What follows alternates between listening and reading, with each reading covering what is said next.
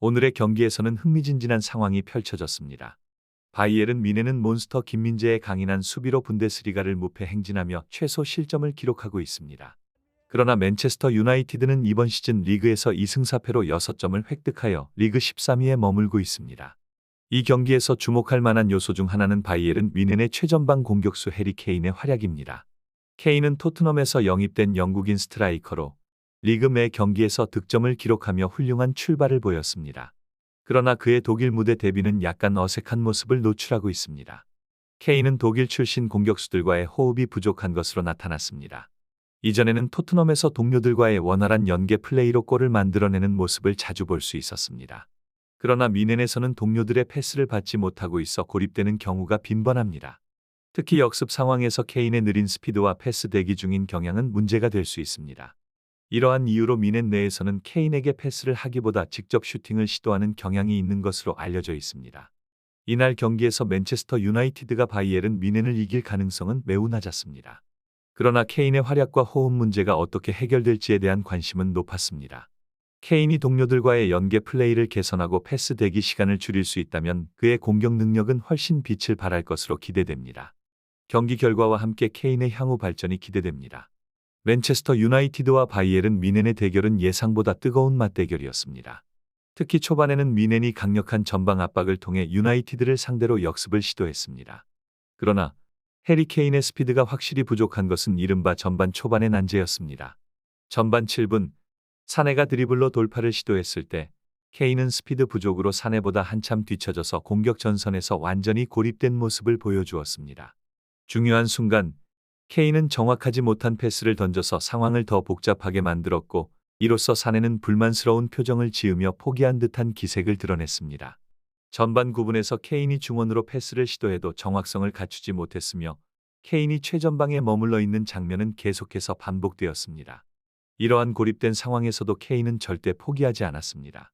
그는 중원으로 물러나 빌드업에 참여하려고 노력했지만 이러한 움직임은 공격 라인에서 스트라이커가 부재한 이상한 상황을 초래했습니다. 이런 상황에서도 케인은 허공으로 패스를 내줄 때가 있었는데 그중 가장 주목할 만한 순간은 전반 28분이었습니다. 이때 케인은 맨체스터 유나이티드의 페널티 박스 안에서 사네를 향해 정확한 리턴 패스를 보냈고 사네는 이를 중거리 슈팅으로 변환해 선제골을 터뜨렸습니다. 전반 32분에는 헬리크 무시아라가 드리블 돌파를 성공적으로 시도하며 페널티 박스 안에서 케인이 아닌 다른 동료에게 패스를 내주었습니다. 이로써 그나버리가 침착하게 골을 넣어내며 경기에서 큰 기회를 만들었습니다. 측면 윙어들은 케인보다 더 유리한 위치에 자리 잡아 더 많은 득점 기회를 창출하고 있으며 케인을 향한 패스가 드물어지고 있는데 이것은 케인의 능력 부족인지 동료들이 패스를 시도하지 않는 것인지에 대한 분석이 필요한 고민거리입니다. 원톱 포워드인 케인은 상대방 수비에 맞서 더 깊은 위치에서 활동하고 있음을 감안할 필요가 있습니다. 전반 40분 그나버리의 컴팩트한 패스로 침착한 케인이 아닌 뒤에서 밀려오는 데이비스를 향해 공격을 시도했습니다. 이로써 케인은 어시스트 1번을 기록했지만 슈팅을 단 한 번 시도하지 못하고 볼터치도 겨우 12번에 불과했습니다. 이날 전반전 동안 케인은 팀에 완전히 녹아들지 못한 상황을 보여주었습니다. 그러나 후반전에서는 케인의 모습이 변화하였습니다. 뮌헨의 코너킥 상황에서 우퍼 맥커너의 헤더가 크로스로 에릭센에게 전달되고 PK가 공을 터뜨렸을 때 답답한 전반전의 그림은 희망적인 변화로 바뀌었습니다. 케인은 PK의 패스를 키커로 받아 침착하게 골을 넣었습니다. 전반전 동안은 동료들로부터 패스를 받지 못해 활약을 제한받았지만 케인은 어시스트와 골을 통해 득점 포인트를 올렸습니다. 그러나 현재 상황에서 케인은 동료들로부터의 패스에 의한 득점이 부족한 상황입니다. 케인은 오늘 경기에서 87분 동안 선발 출전하여 패스가 제한되는 상황에도 뛰어난 능력을 보여주었습니다. 케인은 고립된 상황에서 득점을 창출하는 데 능한 최전방 스트라이커입니다. 토트넘에서는 손흥민과의 협동을 통해 득점을 기록하였고 이적 이후 뮌헨에서는 그런 모습을 보이지 못하고 있습니다. 특히 측면 공격수 사네와의 협업이 부족한데 이는 사네가 자신의 득점 기회를 더 중요시하기 때문입니다. 사네는 공격수로서의 욕심을 이해할 수 있지만 좋은 기회에도 케인에게 패스를 주지 않는 것은 팀의 협동을 위해 고려해야 할 사항입니다. 하지만 케인의 문제점 또한 명확합니다. 그는 패스를 받기 위해 상대 수비수를 제압하거나 수비 라인을 뚫고 패스를 받을 공간을 만들어야 하는 상황에서 부족한 움직임을 보입니다. 이러한 점은 케인의 이전 토트넘에서의 플레이 스타일과 대조됩니다. 토트넘에서 케인은 전방에 나와 크로스나 패스를 받거나 최전방에 고립될 경우 중요한 플레이메이커 역할을 하기도 했습니다. 그런 이유로 토트넘에서는 케인이 최전방에 고립되는 상황에서도 중요한 역할을 수행하며 경기에 큰 영향을 미칠 수 있었습니다. 그러나 미넨에서는 팀이 이미 중원에서 경기를 주도하고 있기 때문에 이러한 역할을 수행하기 어려운 것이 현재의 문제입니다. 독일 미넨 지역 제에이지는 케인을 영입하면서 비용을 투자했음에도 불구하고 그를 활용하지 못하고 있다고 지적하고 있습니다. 케인은 뛰어난 득점 능력을 통해 매 경기에서 골을 넣고 있지만 패스가 거의 오지 않으며 경기에서 최전방에 고립되어 있는 상황이 계속 반복됩니다. 특히 두 줄 수비를 뚫지 못하는 상황에서도 케인은 고립되어 경기력이 미미한 것으로 나타났습니다. 따라서 투엘 감독과 선수들 간의 전술적인 변화와 팀 내 교통 정리가 필요하다고 지적하고 있습니다.